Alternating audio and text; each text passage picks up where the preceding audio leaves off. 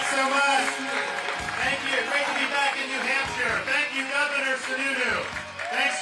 Appreciate it. And, Chris was a little modest about the freedom rankings that came out because he did say that Florida and New Hampshire were the top two. He didn't tell you New Hampshire was 1 and Florida was 2. So congratulations on that. Fitting for the live free or die state. And I've looked at a lot of these rankings over the thing, and we're proud of what we've done in Florida, and I can point out a lot of stuff, but there's an amazing number of times where New Hampshire and Florida are 1 and 2. New Hampshire ahead in one ranking, we're ahead in the other, but I think it shows you that freedom works. And that's what we need for this whole country. I've got people fleeing. You guys have people fleeing Massachusetts to come here. I've got people fleeing Illinois, New York, California. And we're proud of that, but it's like, I can't have everyone move to Florida, New Hampshire, and like 6 states. We need freedom throughout the entire country, so we've got to get that done in 2024.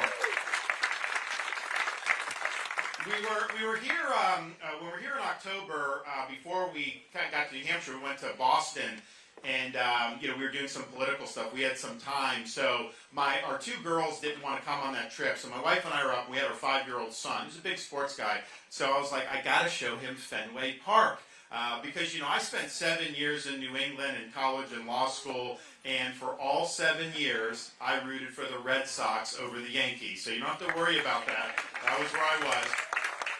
And so I took him to do the tour, and I was showing him videos, because he loves sports, showing him videos. This is a historic park, all this stuff. So he got excited, and he's like, I want to go see it. I want to see the Green Monster. We're pulling into Fenway, and he's like, Daddy, I will go see Fenway Park, but I am not a Red Sox fan. I am a fan of the Florida teams. I was like, all right, don't say that too loud in New Hampshire, but that's fun. But he got to go on the Green Monster. He got to go inside the Green Monster, and so we were able to get some really unique pictures for our family that we'll always remember for many, many years to come. And I do want to wish you and all your family a happy Thanksgiving. I hope you guys are able to spend a lot of quality time together. We're going to be back in Florida for the first time in a while as a family. We're going to be able to unplug for a few days, and then we kind of get right back at it and take it all the way through the First in the Nation primary and beyond. So we're definitely girded for battle for there, and we're excited. But look, I'm running because this country is on the wrong track.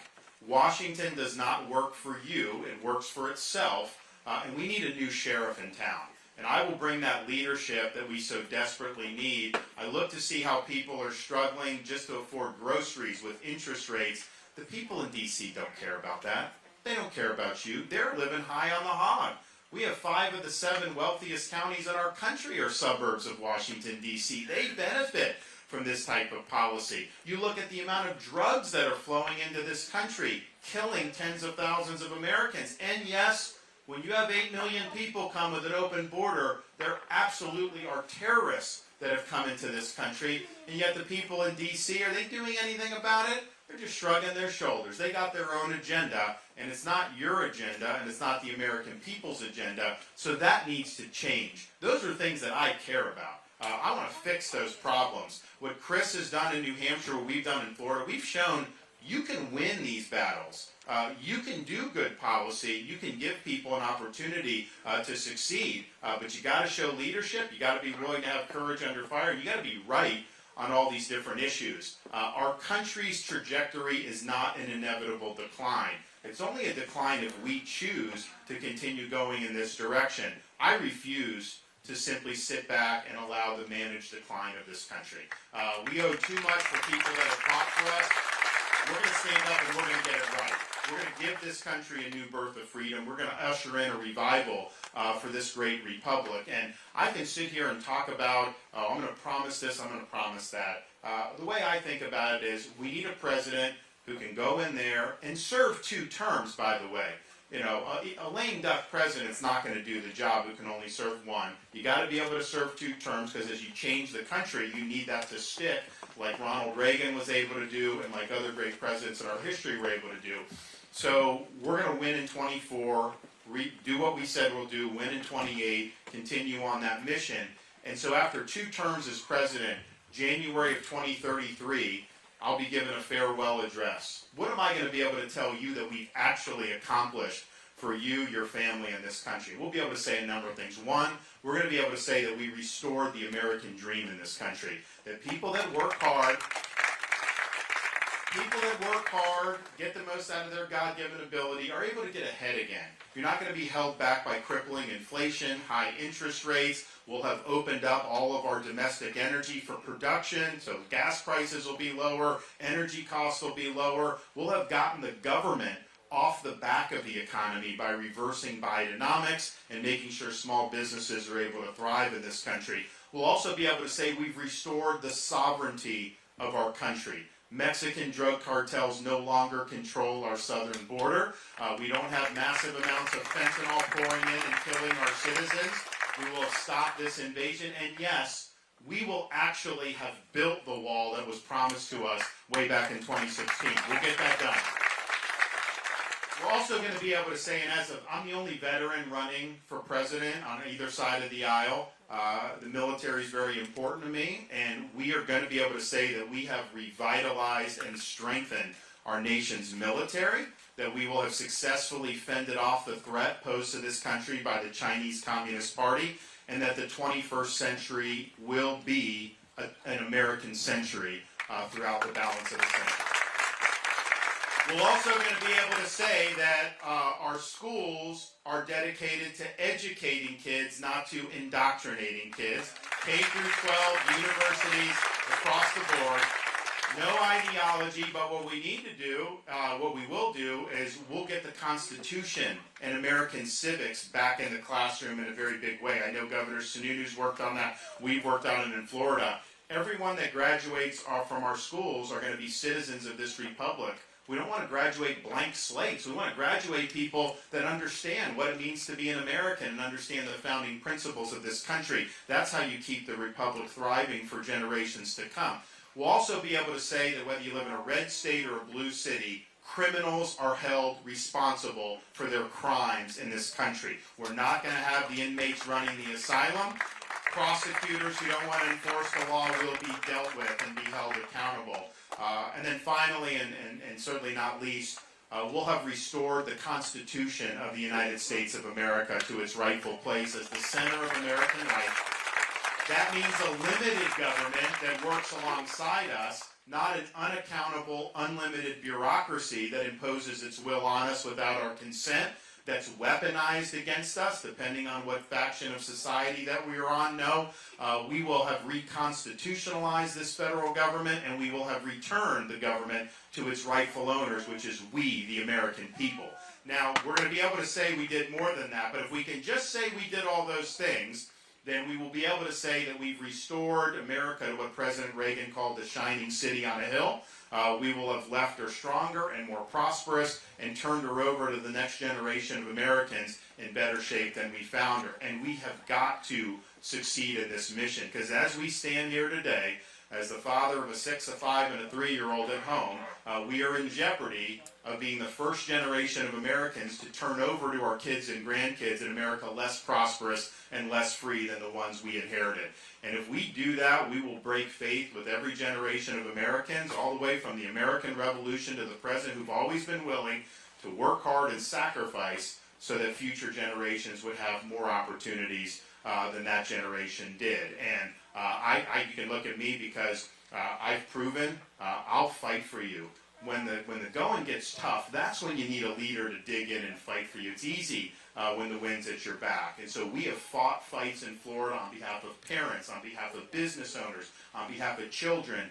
You name it, we've done it. So you need somebody that's going to fight. And there have been Republicans in office who, the first sign of trouble, they cut and run. They're worried what the media is going to say about them. They're worried about that. That's not going to work. But you also have to, when you're fighting, you also have to win for people. You can go out there and half-cocked and shoot your mouth and do all this, but if you're not actually delivering and winning elections, like Chris has done here, like we did in record fashion in Florida, and then delivering and actually winning the big policy battles, so you're actually securing the border, you're actually cutting spending, you're actually doing things and getting those to stick that's going to make the country better. We have a record of doing that in Florida. Everything I said I would do as governor, I delivered on 100% of my promises. Record tax cuts. Record tax cuts. We budget surpluses. We reduced the debt, paid down 25% of our state's total debt. We banned sanctuary cities. We sent troops to the Texas border to help stop the invasion. We even transported illegal aliens to sanctuary jurisdictions like beautiful Martha's Vineyard. And that put this issue on the map more than anything else has done. We have raised salaries for teachers. We have universal school choice in Florida. We have civics initiative in our school. We have vocational education, where now high school kids can get a certificate in welding and in aircraft maintenance, and they're employable right off the bat on day one.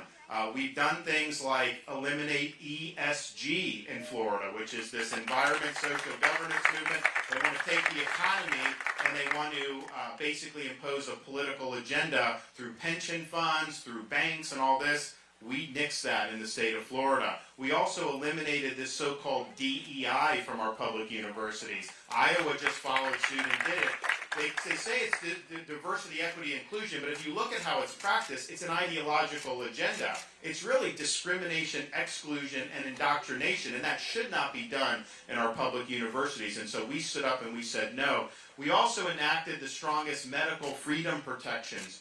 No COVID vax mandates, no mask mandates, none of this stuff with the business closures. We were proud of Florida being the free state during COVID, but we've enacted reforms so that this can never happen in the future, what happened over the course of COVID-19. And so we are proud to stand for people's freedom from that regard. And we've done much more, but the point is we have won. And we have taken the state of Florida from being a state that had always been a one-point state to now being a state that's considered a solid Republican state, because we won people over to our cause because they saw that we were delivering results from them and their families, and that's very important. Final thing, though, is you got to be willing to lead. And we have leadership is in short supply. Leadership is not entertainment. Leadership is not about fomenting chaos. Leadership is not about the show. Leadership is about setting forth a vision and producing results in the face of a lot of opposition. It's easy to lead when the wind's at your back, but when they're shooting at you, and trust me, you go to Washington and you want to upset that apple cart, there's a lot of people there that are not going to want to see that. A lot of people in the media are not going to want to see that. They're going to do everything they can to stop us from being able to take power out of Washington and returning it to you and the rest of the American people. But you've got to be willing to stand strong, you've got to be willing to fight these battles, and you've got to be able to execute on that vision of leadership that this country so sorely needs. And so we'll fight for you, we'll win for you and your family, and we will lead this country's revival, and we have no other choice. Our founding fathers understood when they went to the Constitutional Convention to frame our Constitution in 1787, they studied the history of every republic and the history of mankind because they wanted to draw lessons that they could use to apply to this new government. And the one thing they saw that united the experience of every republic in history was this: every single one of them had failed. And so they understood it fell to the United States of America to determine, can people really govern themselves? Can you have a society based on the idea that our rights are granted by God, not by the government? That we live under a rule of law, not the rule of individual men? Or was mankind forever destined to live under various forms of despotism? And they fully believed this country would answer that question once and for all. But they also understood it wasn't just about doing the Constitution. That's just a ticket to the dance. When Benjamin Franklin walked out of that convention, he was asked, did you give us a republic or a monarchy? He said, a republic if you can keep it. They understood you can have the best constitution in the world, you can have the best Declaration of Independence in the world. These things don't run on autopilot. They require every generation of Americans, when freedom is at risk, to step up, do their part to make sure that we preserve this republic for future generations. And sometimes that means putting on a uniform, risking your life, and even giving that last full measure of devotion for service to this country. Now, we are not called upon to make sacrifices at that level, but what we are called upon to do is to do justice to those sacrifices, to do justice to the people who have fought hard so that we can live in a free society. We have a responsibility to preserve what George Washington called the sacred fire of liberty. Now, this is a fire that burned at Independence Hall in 1776 when 56 men pledged their lives, their fortunes, and their sacred honor to found a nation conceived in liberty. It's a fire that burned at a cemetery in Gettysburg, Pennsylvania, when our nation's first Republican president pledged this nation to a new birth of freedom. It's a fire that burned in a merry band of brothers who stormed the beaches of Normandy, defeated Nazi Germany, and helped save freedom throughout the world. It's a fire that burned at the foot of the Berlin Wall in 1987, when a resolute president stood in front of that wall and said, "Mr. Gorbachev, tear down this wall," and ended up bringing down a communist empire in the process. This is our task. This is our responsibility to preserve that sacred fire of liberty. It's not a responsibility I shy away from. It's a responsibility I welcome. I am up for the challenge. As your nominee, I will make sure to accomplish the mission in November of 2024. As a leader for this country, I'll always conduct myself in a way that you can be proud of. And as the President of the United States, I can promise you this: I will not let you down. Thank you all. God bless. Happy to take some questions. We got any questions? Anybody got any questions? What do we got? Yes, ma'am. If you become president, what's the first thing you'll do in office? Great question. What's your name? Hannah. Are you in school, Hannah? Homeschool. Okay. So what grade? 5th grade? Okay, wonderful. So here's what we'll do day one. We're going to do a lot on day one, but I think there's going to be 3 main areas that we're going to take care of day one. One, we're going to declare the border to be a national emergency, immediately send resources there to stop the invasion of our country. 2, we are going to open up all energy domestic for production and reverse Biden's Green New Deal so we can lower your gas prices and make this country energy independent. And then 3, we're going to take all of Bidenomics, the executive orders, the rules, the regulations, we're going to rip them up and we're going to throw them in the trash can so we can grow this economy again in the future. That'll be a pretty good first day in office. Two quick questions. The first one's real quick. Do you have Secret Service protection? Not Secret Service, I have, so as governor of Florida, I have a detail under state law. So I would ask you, because it's my understanding, maybe I'm wrong, that the last assassination of a public official running for president was RFK. And every person with any degree of polls that's run since then has had Secret Service protection at the simple direction of the president. So I think you ought to call out President Biden forcefully and strongly. Okay. For being so corrupt, for not doing what he ought to do, which is give protection to RFK Jr. Great. No matter what your political. No, I agree. So that's just a request. Yeah. But my second question is, what's your position on central bank digital currency? I'm against central bank digital currencies. So and here's what we've actually done. So in Florida, we saw this threat. So central bank digital currency is basically what they want to do is they want a digital dollar.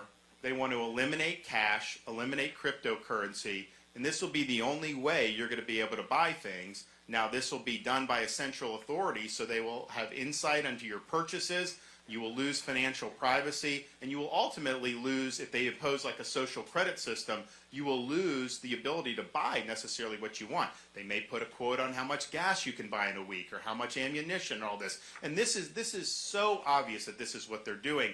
Now, the Federal Reserve has said, so Biden, both Trump and Biden's administration wanted to go in this direction.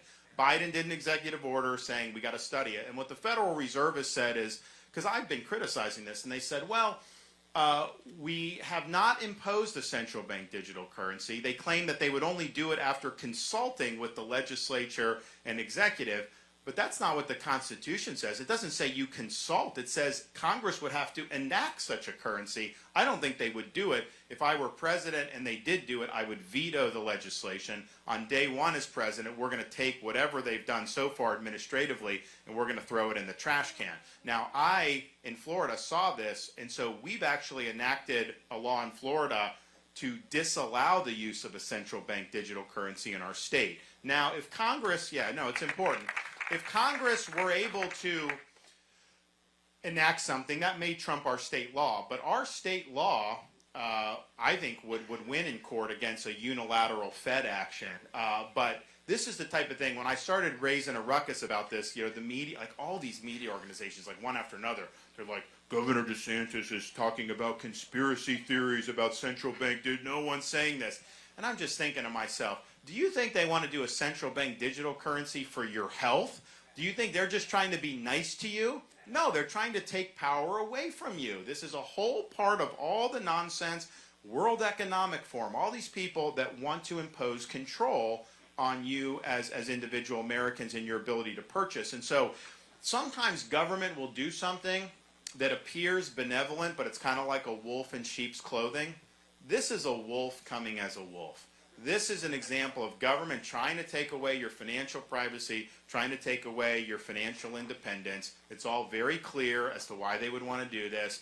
And so I can pledge to you, I think there's other candidates on both sides of the aisle who are supportive of a central bank digital currency. I will not be one. So if you elect me, central bank digital currency dies a very quick death. My dad fought in World War II. He was in Patton's Third Army. He was one of the soldiers that liberated Dachau. We represent the town of Merrimack, and yesterday there was an anti-Semitic incident against elder Muslims. And the rise of anti-Semitism in this country is very alarming, and I wonder what your comments are. Well, I read about that, and I thought that was disgraceful, what happened, and I'm glad the community is rallying behind that company because that's unacceptable. It's interesting. When I became governor of Florida, one of the laws I did my first 6 months was I signed a big sweeping law to combat anti-Semitism on university campuses. We actually signed it at the U.S. Embassy in Jerusalem because we were on a trade mission to Israel. So, and then we've provided a lot of funding for security of Jewish day schools because they could get threats and they can be a target. We've done things like anti-BDS legislation where we've gone against Airbnb and Ben & Jerry's and now most recently Morningstar because BDS is basically singling out one country, the only Jewish state, and that's anti-Semitism as well. So we've done a lot to fight it. We've viewed it as a big problem. But I will tell you this, with all that background, what's happened since October 7th is worse than I would have predicted. You have it open, you have radical things being said, marches, Jewish students are running for their lives on college campuses now in the United States of America. With the blood not even being dried on the Israeli civilians who were killed, you have people out there celebrating Hamas terrorists.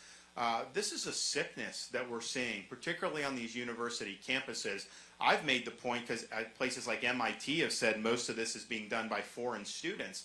Well, when I'm president, if a student is on a foreign visa, they don't have a right to be here. That's a privilege to be here. And if you're on a foreigner on a visa and you're making common cause with Hamas, I'm canceling your visa and I am sending you home. We can't be putting up with this. One of the first things you're going to do is close the border. What are you going to do with the millions of people that Biden just let walk into this country? We got to send them back. We got to send them back. I don't think there's any way you can get beyond that. Part of it is because we don't even know who these people, they actually do, they get a court date, so there is some documentation, but we don't have anything about their background. They're coming from over 100 different countries. I remember I sent people to the border back in 2021. I was the first state to help Governor Abbott in Texas. And I went to the border to check out my folks, and the people coming in, I didn't see one person from Mexico or even Central America. I saw people from Libya, from Haiti, from all these other places. And so do you think that our enemies, knowing that border is open, just have decided not to exploit that? Of course they're exploiting it. So I think we need to be very aggressive on that. I think we need to repatriate. And the thing is, to have a secure border, yes, a wall, yes, remain in Mexico, yes, all that. But there has to be a sanction for coming illegally, and the sanction means you go back. In Florida, we've surged resources to, because people say, oh, if you're not a border state, why do you care about it? Well, first of all, the drugs come into my state. I've had illegal aliens come to my state and commit crimes against my citizens. So it's something I have to care about. But we're a maritime border state, and I have boats that'll come from Haiti, Cuba, some of these other places illegally. Coast Guard's supposed to stop them. They actually do a pretty good job, but they're not. They're undermanned. So I've surged boats to fill the gaps. And when they come, they get stopped. Coast Guard will send them back to Haiti or wherever. Once they see that that's going to happen, they're less likely to want to try to come Because why would you want to risk going over choppy waters if the result is you're just going to end up where you came from? I think the same thing's with the southern border. If they know the result's just going to be they're going to be put back where they stopped, they're not going to pay a coyote $10,000 to try to get into the country at that time. So yes, we're going to do that. You have to, otherwise it's not going to work. Yes, sir. I will happily drive a bus through Mexico with some of your deportees. Governor, Ron won, did a good job of winning over Democrats. How would President Ron too, or if you're the nominee, how do you win over Democrats next November? Well, I think it's the same way we did in Florida, is delivering on the issues that really matter. I mean, we had I had people that voted for Bernie Sanders who voted for me. For why? Well, we protected people's jobs during COVID. We've made sure that parents have a right to send their kid to the school of their choice. We have a 50-year low in the crime rate where we hold criminals accountable. We even enacted the death penalty for pedophiles in the state of Florida. So we're serious about law and order. It's a big quality of life issue. The border is a huge quality of life issue. How many different moms do we have who are now angel moms throughout our country who have lost a child to fentanyl overdose? And the thing about it is it's like, sometimes people think, oh, it's just like San Francisco junkies out there that are homeless that are using all the drugs. I mean, obviously that is happening. But with fentanyl, you'll have a high school kid, a college kid, they may take one pill, and they shouldn't have done it, but it was not what they didn't think it was fentanyl. If it's laced with fentanyl, you could get poisoned and die just on that one decision. And that's happening in every community in this country. And I think parents, whether you're Republican, Democrat, Independent, I don't think people want to have that risk for their young kids, that one decision could lead to that. So we're going to fix that problem. We're also going to fix the problem of costs of education. In Florida, our in-state tuition for our universities is $6,400. You don't have to go deep into debt to be able to go to school. And our University of Florida is ranked the 5th highest public university now by U.S. News. And Wall Street Journal rated it the 15th university in America, including private. So it shows you don't have to charge an arm and a leg to do that. We're going to take that student loan program and we're going to make the universities responsible for backing the debt.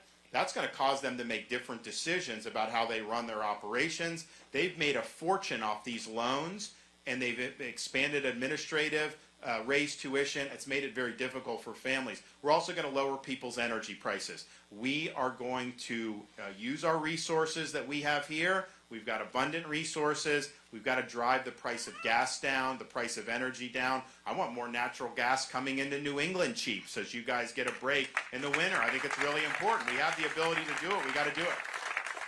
So there's all those things. And then also just, I'll be somebody that I want to upend the apple cart in Washington. I think the way Washington works, it doesn't work for anybody. It works for the people that are in Washington. So we're going to push for things like term limits for members of Congress, a balanced budget amendment to the Constitution, and we need some real serious reform. Yes. What can you do to protect kids from some of the stuff with like the gender ideology that's doing? Well, in Florida, what we did was we enacted a parents' rights and education bill where we said we're not going to have that in the schools. I mean, we should just have normal school subjects. It's wrong to tell a first grader that they can change their gender, that their gender is a choice. That's totally inappropriate for schools. You know, when they had the whole thing with Disney that the media likes to talk about, the reason that even happened was because Disney was pushing to have that in the schools. And I'm the father of a 6'5" and a 3-year-old, and I just think parents should be able to send their kids to school, let them watch cartoons, just let them be kids without having an agenda shoved down their throat. And so that should be true in every part of this country. And we just need to focus on the basics here and not get into this stuff where you're putting things in the kid's head, that somehow because some girl may like a sport that somehow they're really a boy. No, that's not true, and we've got to stop with that. It's wrong. Yes. So when do you know, get into public service? Do you ever send that? When do you know you were? It's a great question. What's your name? Ryan? Okay. Are you in school? Yeah. Okay. Where do you go to school? Connecticut. Oh, okay. All right. Well, Ryan. So it's interesting. I was a baseball player all through college. That was kind of my dream. I realized being a big leaguer was tough. So I was thinking maybe do something along the lines where you can be on the business side of baseball or whatever. And then September 11th happened, and that inspired me to eventually join the Navy. And when I got into that, I was there. I did Iraq. I did some time in Gitmo. I was in California, Florida. I did a lot, and it was a great experience. But that kind of pushed me, I think, on a trajectory where I really gravitated this idea of service above self. Because when you put the uniform on, you know, you're really putting yourself out there to serve the public. And so I got involved in that, and then when I got out of the military, I was toying around with the different things, and I ended up running for the Congress. Wasn't necessarily the plan I had, but I did, and lo and behold, you know, we won, and then we won, you know, again, and then won for governor and all those things. So it just kind of, it was a sense that I owed a responsibility to do what I can to make my community or my country better. But it was not necessarily something I was thinking about as like a really young kid. I mean, I was focused on more of the sports and all those things. But it's a good question. Thank you. Yes? As a veteran, I like to think that your service in Iraq has probably given you a different frame of reference when you look at the military. How would you distinguish the biggest differences you might have from the current commander-in-chief? Oh, good grief. How much time do we have? It's a good question. Well, so I think a lot of this started under Obama. I think it continued under Trump. I don't think Trump really supported, but he didn't really have a good handle on the people that he appointed. And so there was a lot of political agenda put into the military, and then Biden has just put it on steroids, and that's inappropriate. I mean, we don't need social agendas. We don't need woke ideology. We don't need any of that in the military. We need to do one thing: mission first. Focus on the mission. Make sure we're promoting people solely on the basis of merit and not any other reason. And the thing is the recruiting's at the lowest level it's been since, I think, the end of the Vietnam War. And part of the reason is because when you join the military, you're writing a check payable to the United States of America for an amount up to and including your life. You don't know where they're going to send you. You don't know what contingencies are going to happen. But I think when you do that, you want to know that the civilians and the top military brass are going to make those decisions solely on the basis of how do you accomplish the mission. That they wouldn't divert from the mission in order to advance a political agenda or anything like that. And I don't think a lot of recruits have confidence in that right now. I have veterans that come up to me frequently now, say, you know, thank you for your service, but they say they wouldn't want their kid or grandkid to join today's military. And that's a tragedy because this has been a tradition for a lot of families. So on day one as Commander-in-Chief, we're going to take all that out, all the social agenda, all the woke, we're going to rip it out, throw it in the trash can. We're going to focus on mission first. Mission accomplishment. That's all I want out of the military. The other thing I think that would be much different is our posture towards China. I think this administration has been very deferential to China. They're constantly saying China is not an adversary, that it's kind of more of a friendly competition. No, I think China is a threat to this country. And I think we need to get serious about the threat to this country. Like, yes, I understand people in Wall Street have made money in China. I get that. But to me, that's not the most important thing. The most important thing is what's happened over the last couple of decades with China and how has that affected the American people. And it's not been good for this country. They've hollowed out a lot of industrial base of this country. They've gotten wealthy. They've grown their military. People used to say 20, 25 years ago, China would become more democratic if you did things like most favored nation and put them in the World Trade Organization. It's been the opposite. They're more authoritarian than they were 25 years ago, and Xi is very ambitious in terms of what he's doing. But you think about what they did. You have San Francisco. I mean, there's feces on the streets, drugs, all this stuff happening, and this is like squalor. And what Governor Sununu said is exactly right. It is a shell of its former self. But Xi is coming to town, so what did they do? They cleaned the feces off the sidewalk. They cleared the streets. They made it look like it was actually a well-run city. But it was all just a Potemkin village. But they were willing to do that for Xi Jinping, but they're not willing to do that for their own citizens or for the American people. So we're going to take the threat of China seriously. I think the next 10 or 15 years is going to determine whether we remain the dominant power in this country or whether China eclipses us. And this is not just something about, oh, I'm competitive, I want to bang my chest, we're number one. Yeah, I do. That is kind of how I'm wired, but it's more fundamental than that. If China is able to dominate the global economy, if they're able to dominate throughout the world, they will export their authoritarian ideology any place they can. The cost of doing business with China will be to bend the knee to their agenda, and it will impact every American family. So we can't let that happen.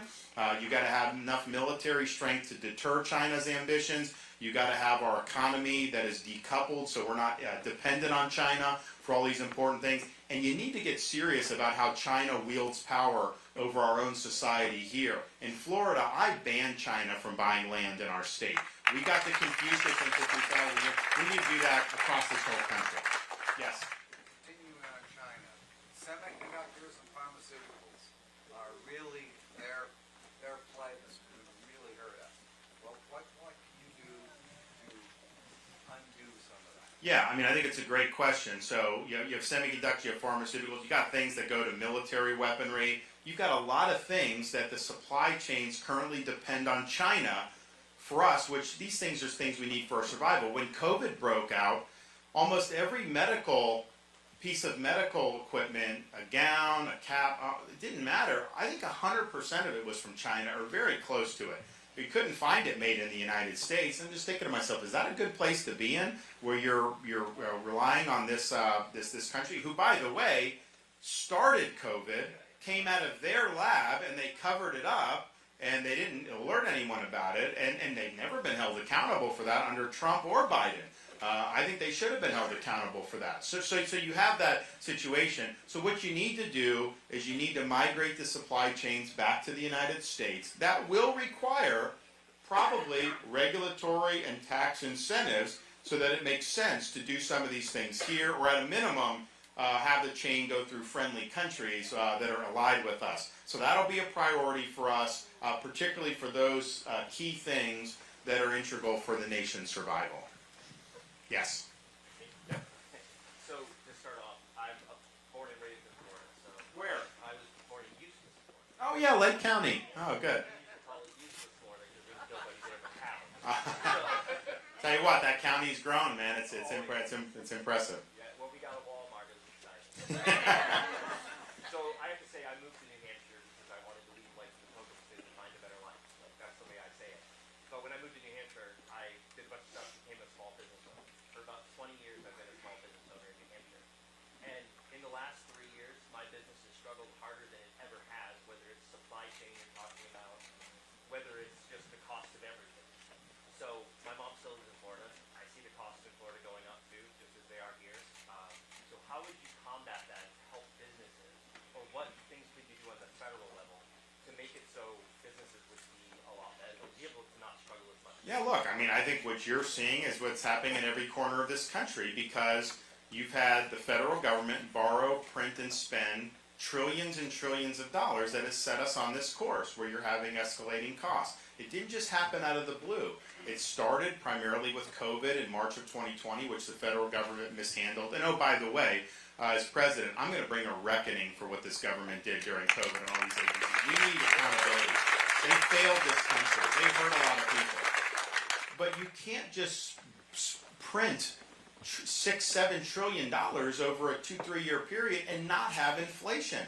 So the supply chain disruptions, paying people not to work, the sheer amount of money they pumped in, the Federal Reserve saying that inflation was transitory, they didn't have to do anything. All these things have combined to help do that. So what do you got to do? You got to reverse those policies. You got to be willing to fight Congress about spending less money.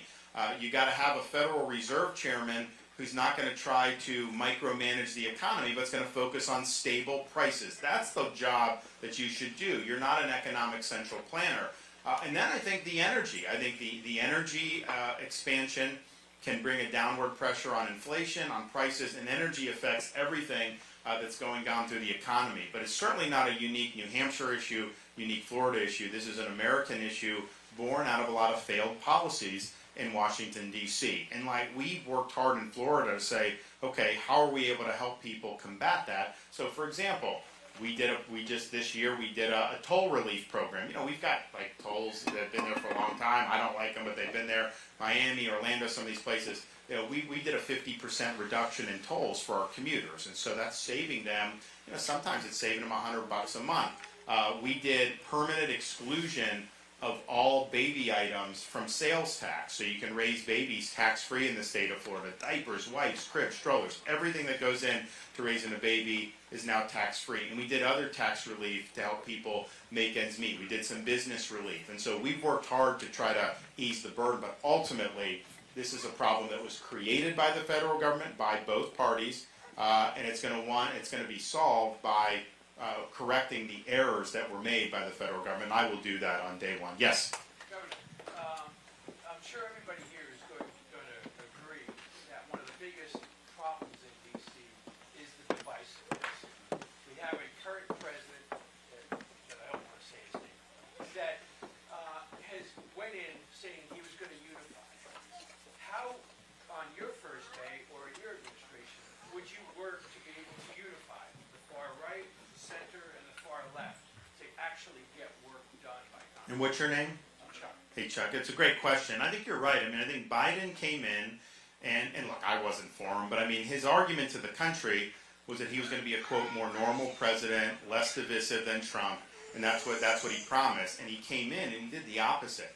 I mean, you remember a year ago, he gave that speech in front of the red background where he's like clenching his fist, saying that, you know, a third of the country was basically enemies of the state. And so he's done a lot to try to sow that. You know, at the same time, I understand it's a big, diverse country. The idea that we're just going to say, okay, everyone hold hands, we have no differences. There are differences about the future of the country. What we did in Florida, I think, was, you know, we won big battles against the far left. We beat them on the COVID stuff where they wanted to close our schools. I kept them open. We kept businesses open. We fought against the vax mandates. We won big battles on criminal law where we're holding criminals accountable, no defund police, all that, very important. We won big battles on illegal immigration and education and all those things. But we did that in a way that appealed to Republicans, the vast majority of independents, and even some Democrats. So that's how you take a state that was a 50-50 state, and we won it by 20 points, 1.5 million votes, because we're delivering results for people regardless of their political party. I'm going to fight the big fights. I think this wokeness and this far left, it will destroy this country if they're in charge. You've seen it destroy San Francisco and Philadelphia and these places. So you got to win on those, but you also have to understand that if I have somebody that agrees with me on 80% and disagrees on 20, that's a friend. I mean, like, you gotta want to work with them. But even the people that disagree with you on 80, they agree with you on the 20. We can fight about the 80, but I'm willing to work with you on the 20 to move the ball forward. I mean, ultimately, are we producing results or not? And that's just how I generate things. And so we're going to take strong stands. As a leader, you're never going to be able to please everybody. But what I'm not going to do is unnecessarily, you know, try to create division. I'm not going to be out there tweeting at 3 in the morning, you know, stuff. I'm not going to be doing this stuff. I'm just going to be a leader that is going to have his eye on the ball, is going to be very disciplined, focused, nose to the grindstone, know that you got a shot to make a difference, and we've got to do what we can to make a difference. So I think you'll see a different approach than we've had in our more recent presidents. I think it'll be a more effective approach than we've seen in our recent presidents, and I think that that'll make a big difference. So I appreciate the question. We have time for one more question, ladies and gentlemen. Yes, sir. Yep. If I can ask, I watched the other day, our president is imposing sanctions on Israelis from coming here because they defended themselves in the West Bank. At the same time, we still have American hostages in Gaza. If you think back to Reagan, who you mentioned, I believe it was almost 400 days or just over 400 days that they sat and languished in Iran. When you become president, will you let the Gazans know, Hamas know, you let our hostages go, bring them home so that hopefully they're home day one? Because it sounds like your first day is already pretty busy. Yes, of course we will. Yes, and that's the thing. But when the Iranians had the hostages, Carter was weak, and so they weren't going to play ball. They knew that they had him. When Reagan got elected, they were like, all right, there's a new sheriff in town. This is not something that they wanted to mess with. And so they released him. As soon as he got sworn in, they got flown out of Iranian airspace. And I think it'll be something similar.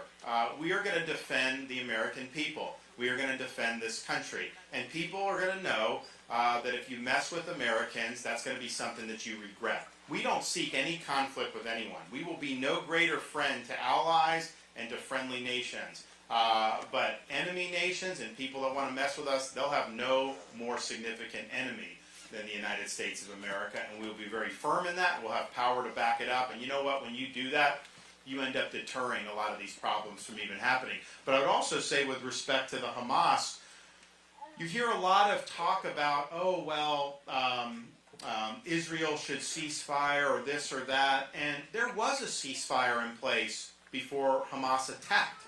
So it isn't like that Hamas broke a ceasefire and massacred a huge amount of Israelis and some Americans too. If you look at that attack, the number of Americans that were killed would rank that as one of the top 10 terrorist attacks against America in the history of our country. And we have Americans that are being held hostage, of course, as well. They'll talk about civilians in Gaza. Now, first of all, they didn't have as much concern about the Israeli civilians. I guess they view them as expendable. They have a lot of concern about the Gaza civilians, which is fine, but who is to blame for that plight? Hamas is to blame for that plight.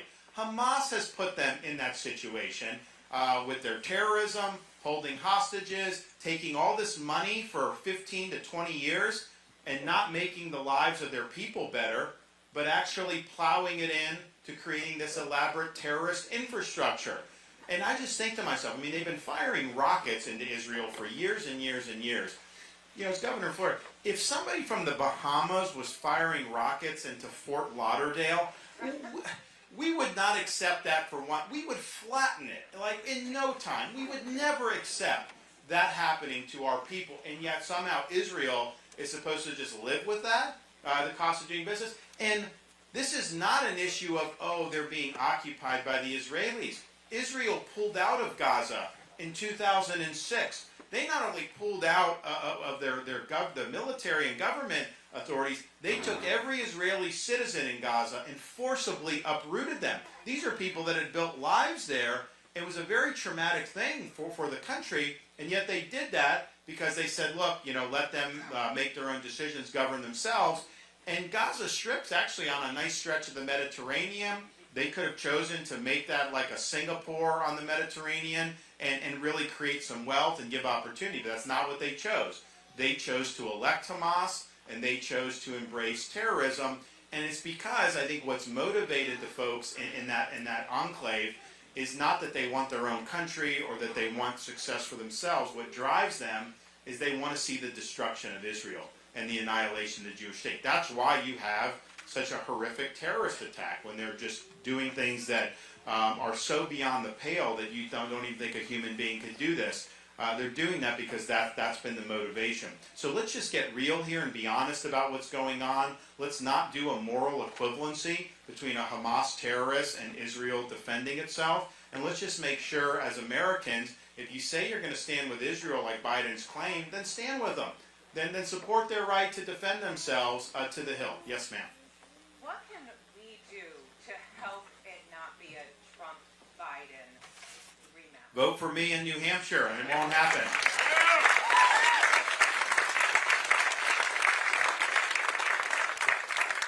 Look, I think if it's a rematch, I don't think the public wants to see that. But I think the Democrats have a playbook that they know how to run against Donald Trump. And I don't care, they're trying to show polls. First of all, they say any Republican will beat Biden. But remember, the polls said that we were going to have a red wave in 2022. That didn't happen. It happened in Florida. Polls said I was going to win, but most of them said not by 20, and we won by way more than what the polls said. So I'd be very careful about this. I think at the end of the day, Trump is the best turnout machine for the Democrats because he will ignite a lot of voters to want to come out and vote against him. And that gives the Democrats a big advantage. They know Biden's weak. They know that the direction of the country is poor.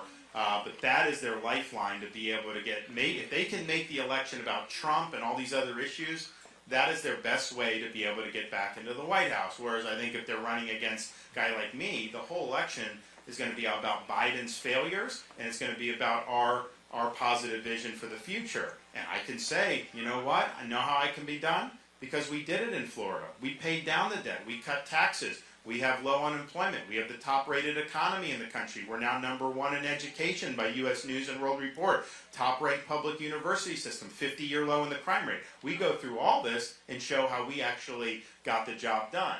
So, and understand, don't let the media pick our candidate.